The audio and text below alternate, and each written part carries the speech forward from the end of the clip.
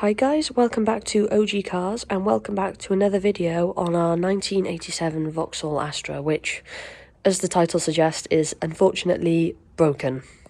Now, firstly, just before I do go off slating this car a little bit, I do also want to give it a good old pat on the back. It has been a good car to me, considering its age. From having a look around it, there's things that probably could have been looked after a little bit better, and maybe I should have seen that when I was viewing it, but I am happy that I have got to own and save this car. Now, as we're talking now, it runs out of MOT in 5 days, and there's a few things that are going to need doing before that.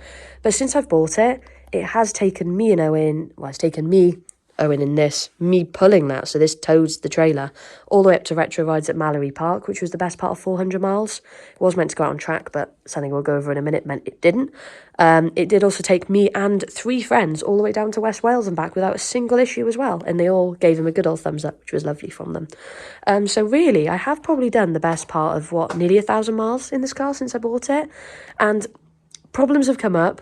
I'm a bit gutted about them because I did buy this to be my daily car because Char and Kelly are both off the road at the moment. But you know what? Fingers crossed it's sortable. I'm trying to be positive. What I'm going to do is I'm just going to bring Owen in and Owen can kind of talk you over the problems.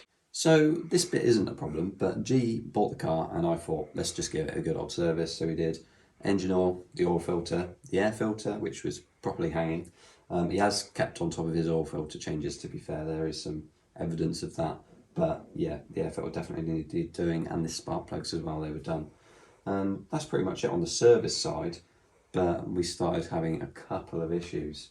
So the first thing we noticed on the service was that the rear wheel bearings were basically howling and they had a bit of too much play in, so obviously they need doing for the MOT. So we put that down, that needs doing. There's a bit of a gearbox oil leak, so we've got some new gearbox oil. They've got a sump on these for the gearbox oil, and it needs resealing basically. So that's another job on the list for the MOT as well. So we were going to do that.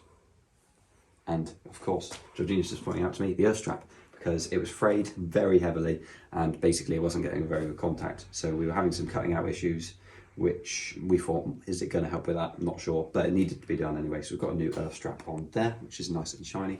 But it turns out the auto choke was having problems. So this car has what we call the auto choke delete. Now that wasn't me, that was the previous owner that deleted it. It's still there, but the auto choke has like various cogs on it. It's got steps in, and basically, obviously, decides how many revs you need. Manual chokes are better. Anyone that says auto chokes are better, probably wrong, because they break all the time. That's what I've heard anyway.